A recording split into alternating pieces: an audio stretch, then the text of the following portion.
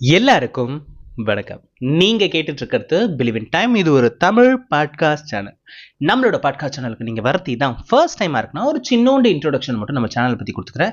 இது எது மாதிரியான சேனல் அப்படின்னு பாத்தீங்கன்னா, உங்களோட பர்சனல் லைஃபை டெவலப் பண்ணக்கூடிய குட்டி குட்டி தகவல்கள், நிறைய கருத்துக்கள், நிறைய கதைகள் நம்மளோட பாட்காஸ்ட் சேனல் உங்களுக்கு கிடைச்சிக்கிட்டே இருக்கும். அந்த வகையில இன்னைக்கு நம்ம எதை பத்தி பேச போறோம் அப்படின்னு சொல்லிட்டு பாத்தீங்கன்னா, என்னோட லைஃப்ல எதுக்கு நான் ரொம்ப ப்ரியாரிட்டி கொடுக்கணும், எது ரொம்ப ரொம்ப முக்கியம், அப்படி முக்கியமானது மேல என்னோட கவனம் போச்சுன்னா என் வாழ்க்கை எப்படி மாறும், முக்கியமானது தான் இப்ப நான் பண்ணிட்டு இருக்கேனா, இதெல்லாம் எப்படி நான் தெரிஞ்சுக்கிறது, இது மாதிரியான குழப்பம் ஏதாவது உங்களோட மண்டையை சுத்தி சுத்தி வந்துட்டு இருக்குன்னா இந்த பாட்காஸ்ட் கண்டிப்பா அதுக்கு ஹெல்ப்ஃபுல்லா இருக்கும். வழக்கம் போல ஒரு கதை. ஒரு ஊர்ல ஒரு பிச்சைக்காரன் இருக்கான். அந்த பிச்சைக்காரன் ஒன்றும் தனியெல்லாம் கிடையாதுங்க, அவனும் கமிட்டட் தான். He is fall in love with ஒன்று டாங்கி. அதாவது அவனுக்குன்னு யாரும் கிடையாது, அவன் கூடவே எப்பவுமே ஒரு கழுதை இருக்கும். ஸோ இவங்க ரெண்டு பேரும் எப்பவுமே ஒன்று மண்ணா தான் திரிவாங்க. நீங்க நினைக்கிற மாதிரிலாம் கிடையாது, தே ஆர் ஃப்ரெண்ட்ஸ். சரிங்களா? ஸோ இவங்க ரெண்டு பேரும் எப்பவுமே ஒன்னா தான் இருப்பாங்க. அப்படி இருக்கிற நிலைமையில பாத்தீங்கன்னா, அந்த பிச்சைக்காரனுக்கு கீழே ஒரு கல்லு கிடைக்குது. என்னடா கல் இது, ஆனா நல்லா மினிக்குதே, என்னதான் இருந்தாலும் நம்மளோட கழுதைக்கு இதை கொடுத்தோம்னா சந்தோஷப்படல நம்ம கழுதை அப்படின்ற மாதிரி நினைச்சிட்டு அந்த கல்லை எடுத்து வெளிச்சத்துல வச்சு பார்க்கறோம். அப்படியே பல பல பல பலன்னு மின்னுது. நல்லா இருக்கு, இதை நம்ம கம்மல் மாதிரி மாத்தி நம்மளோட கழுதைக்கு போட்டா என்ன அப்படின்ற மாதிரி அவன் யோசிக்கிறான். அதை ரெடி பண்றதுக்கே ராத்திரி ஆயிடுது. ராத்திரி ஆனதுக்கு அப்புறமும் எடுத்து இப்படி நிலா வெளிச்சத்துல வச்சு பார்க்கறான். நிலா வெளிச்சத்துலயும் அது செமையா மின்னுது. ஆஹா, இது என்ன கல்லுன்னே தெரியலையே, இவ்வளவு பல பலன் மின்னுது. இத்தனை நாள் வரும் உட்காடுறோம், ஒரு நாள் இது என் கண்ணில் பட்டதுல இன்னைக்கு திடீர்னு கண்ணில் பட்டிருக்கு. நம்ம கழுத கொடுத்து வச்சது. இந்த மாதிரி அப்படியே பல பலன் போடுற கம்பல்லாம் கிடைக்கிறது எவ்வளவு பெரிய விஷயம் அப்படின்ற மாதிரி அந்த கல்லை கம்பலா மாத்தி அந்த கழுதையோட காதுல மாட்டி வச்சிடுறாரு. ஒரு நாள் போது, 2 நாள் போது, மக்கள் அரசல் புரசலா பேச ஆரம்பிச்சுறாங்க. இங்க பாடுறா, கழுதைக்கெல்லாம் கம்பல் போட்டு வச்சிருக்கான், வாழ்விட அந்த கழுதைக்கு அப்படின்ற மாதிரி பேச ஆரம்பிச்சிடுறாங்க. இது அப்படியே நாளடைவுல என்ன ஆகுதுன்னா, அந்த கழுதையோட காதல இருக்கிற கம்பல் செம்மையா இருக்குல்ல, செம்மையா மின்னுதுல, செம்மையா மின்னுதுல, அந்த மாதிரி பேசிக்கிட்டே இருக்கிறாங்க. இந்த மின்னுது அப்படின்ற வார்த்தை அதே ஊர்ல இருக்கிற ஒரு சேட்டுக்கு கண்ணை ஊர்த்திக்கிட்டே இருக்குது. மின்னுதா, கம்பலா, அவன் ஒரு பிச்சைக்காரன் தானே, பிச்சைக்காரங்கிட்ட எப்படி மின்ற அளவுக்கெல்லாம் ஒரு கம்பல் போட முடியும், அது நிஜமாலே சாதா கல்லு தானா அப்படின்ற டவுட் வருது. அந்த டவுட்டை செக் பண்றதுக்காக அவன் என்ன பண்றான், யாருக்கும் தெரியாம அந்த கழுதையோட காதுல இருக்கிற கல்லை டெஸ்ட் பண்ணி பார்த்தா அது வைரக்கல்லு. ஐயோ, பிச்சைக்காரன் கையில வைரக்கல்லா? இவன் கிட்ட இருந்து எப்படியாவது இதை வாங்கணுமே, என்ன பண்ணலாம்? அவன் பிச்சைக்காரன் ஒரு 5 10 போட்டானா வாங்கிட்டு போயிடுவான், நம்ம எடுத்துக்கலாம், அவனுக்கு என்ன தெரியவா போகுது, தெரிஞ்ச அவ்வளவு கேர்லெஸ்ஸா அதை எடுத்து கழுதைக்கு மாட்டு வாங்கிங்களா, இவன் கிறுக்கு பையங்க, ஏமாத்தி வாங்கிடுவோம் அப்படின்ற மாதிரி பிளான் பண்ணி நெக்ஸ்ட் டே வரான். நெக்ஸ்ட் டே என்ன கேட்கறான், தம்பி உன்னோட அந்த கழுத காதுல போட்டிருக்கல கம்பல், அதை பத்தி தான்ப்பா ஊரே பேசுது, அதே மாடல்ல எனக்கு கம்பல் வேணும்னு சொல்லிட்டு நிறைய பேர் கழுதி வச்சிருக்கவங்க எல்லாம் கேட்கறாங்க, எனக்கு இந்த கம்பல் கொடுத்துடுறியா, நான் இந்த கம்பலை விலைக்கு வாங்கிக்கிறேன், இதே மாதிரி நானும் செஞ்சு செஞ்சு எல்லாருக்கும் விற்பல்ல, அதுக்கு என்ன தாராளமா கொடுக்குறேன், நீங்க எவ்வளவு கொடுப்பீங்க? எவ்வளவு கொடுப்பீங்களா? நம்ம பெரிய அமௌண்ட் ஏதாவது சொல்லிட்டோம்னா ஓவரா ஆடுவானே, அவனையே சொல்ல வைப்போம். அமௌண்ட் எல்லாம் நீயே சொல்லுப்பா, அது என்ன சாதா கல்லு தானே, அதுக்கு என்ன, நீ எவ்வளவு மனசுல வச்சிருக்கியா அதை சொல்லு. இவரு யோசிக்கிறாரு. இப்போ அவரே நம்ம கம்பலை கேட்கிறாரு. நமக்கு கீழே கிடைச்ச கம்பல் தானே, பெருசா என்ன தேவை, நமக்கு ₹1 இருந்தா போதும். ₹1 கொடுப்பீங்களா? ₹1? இந்த கம்பலுக்கெல்லாம் ₹1 போக முடியாது, 50 காசு வேணா தரேன். 50 காசா? வேணாம் சாமி, ₹1 வாங்கிக்கிறேன், இல்லாட்டி வேணாம், அது பாட்டில இருந்துட்டும், என் கழுதைக்கு அழகா இருக்கு, அதோட காதலே இருந்துட்டு போட்டோம் அப்படின்ற மாதிரி இந்த பிச்சைக்காரன் சொல்லிடுறான்.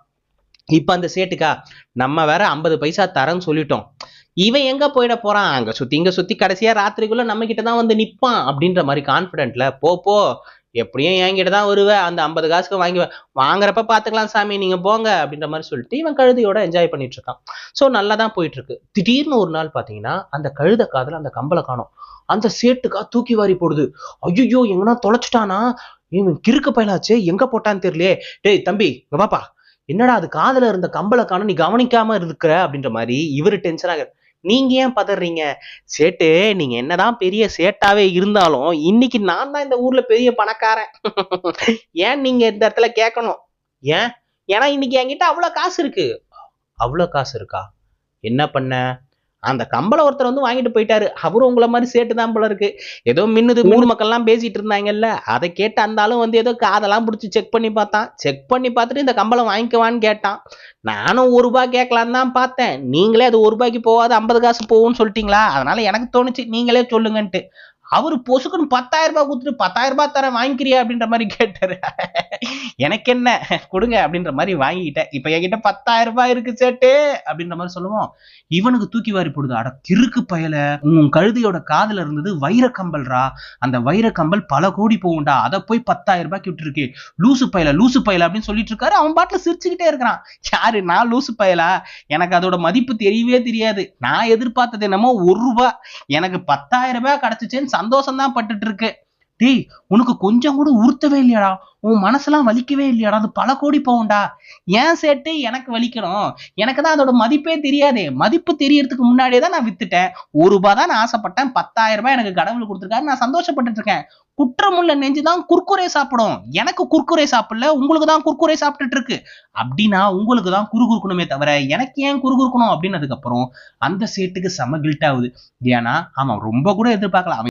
அவன் எதிர்பார்த்ததே வெறும் 1 ரூபாய், அதுலயே 50 பைசா தான் தருவேன்னு சொல்லிட்டு நெகோசியேட் பண்ணிட்டு ஒரு 50 பைசாக்காக அவ்வளவு கோடி மதிப்புள்ள அந்த வைர கம்பலை அந்த சேட்டு இழந்துட்டாரு.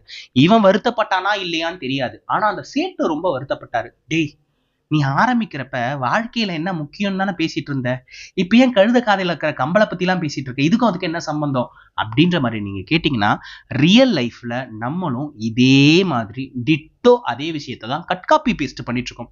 அது எப்படி அப்படின்னு சொல்லிட்டு பாத்தீங்கன்னா, நம்ம வாழ்க்கைக்கு ரொம்ப ரொம்ப முக்கியமான விஷயம் 3 தான். முதல்ல நம்மளோட உடம்பு, 2வது நம்மளோட மனசு, 3வது தான் வெல்த். இந்த ஆர்டரை மட்டும் நீங்க மாத்தி போட்டீங்கன்னா கூட லைஃப் உருப்படாது.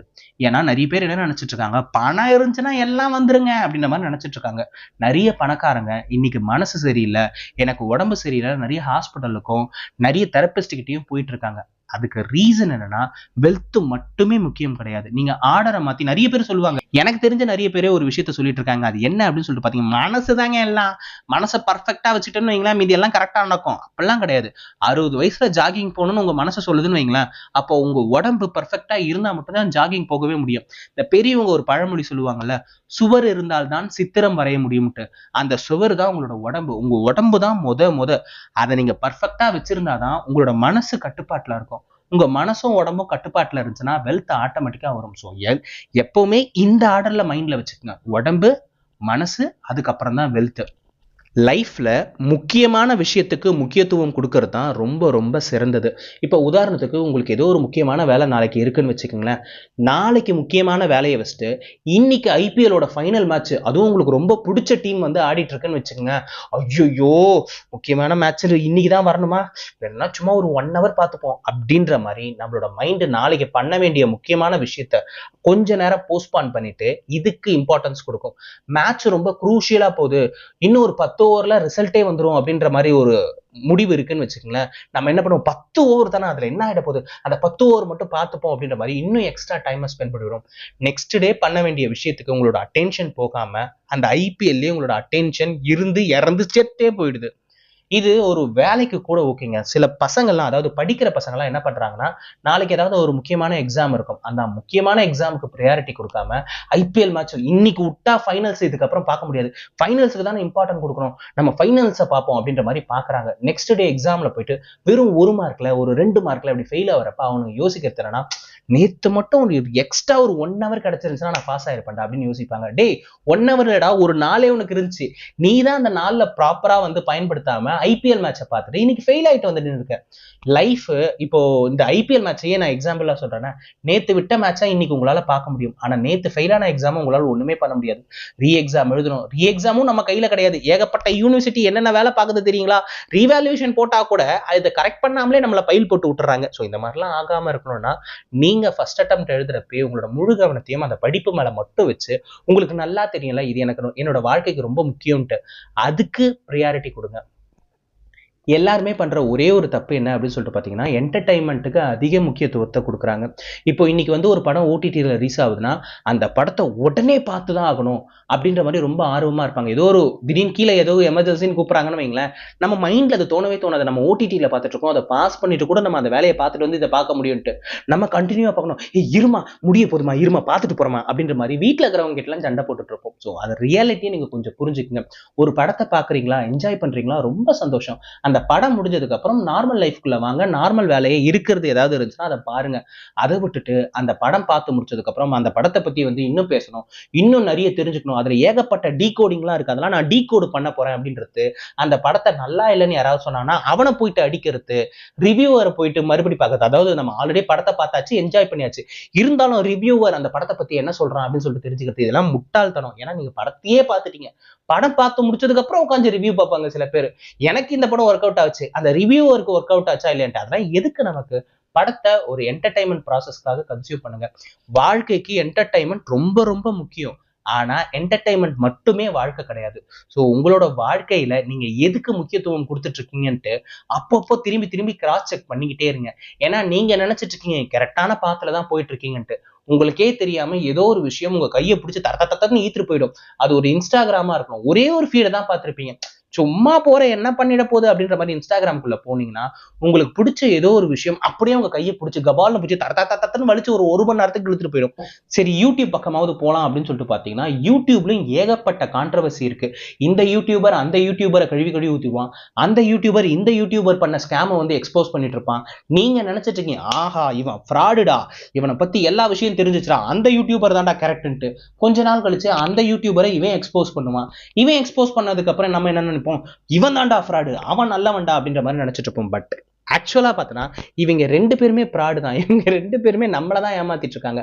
அது தெரியாம நம்மளோட டைம் எடுத்துட்டு போய் அவங்க கிட்ட கொடுத்துட்டு இருக்கோம். நீங்க பாக்குற ஒவ்வொரு நேரத்துக்கும் அவன் சம்பாரிச்சிட்டு இருக்கான், உங்களுக்கு என்ன கிடைக்குது? ஸோ அதனால உங்களோட நேரத்துக்கான முக்கியத்துவத்தை நீங்க தெரிஞ்சுட்டு நடக்க பாருங்க. ஏன்னா உங்களுக்கு நீங்க முக்கியத்துவம் கொடுக்க ஆரம்பிச்சிட்டீங்கன்னா உங்களோட லைஃப் மாற ஆரம்பிச்சிடும். நம்ம பண்ற பெரிய தப்பே வந்து நமக்கு நாம முக்கியத்துவம் கொடுக்கறது கிடையாது. நான் மறுபடி சொல்றேன், முக்கியமான விஷயத்துக்கு முக்கியத்துவம் கொடுத்தீங்கன்னா உங்களோட வாழ்க்கை வேற லெவலுக்கு போகும். ஸோ அதனால எப்பவுமே நீங்க என்ன பண்ணிட்டு இருக்கீங்கன்றத ஒரு தேர்ட் பர்சனோட வியூல இருந்து அடிக்கடிக்கு மானிட்டர் பண்ணிட்டே இருங்க. ஐ ஹோப் இன்னைக்கான பதிவு கண்டிப்பா எல்லாருக்கும் பயனுள்ளதா இருக்கும் நான் நினைக்கிறேன் அண்ட் நம்புறேன். இன்னொரு ஒரு நல்ல கதையோடும் கருத்தோடும் கண்டிப்பா நான் உங்களை வந்து சந்திக்கிறேன். அதுவரை உங்களிடமிருந்து விடைபெறுவது நான் மட்டும்தான். நன்றி.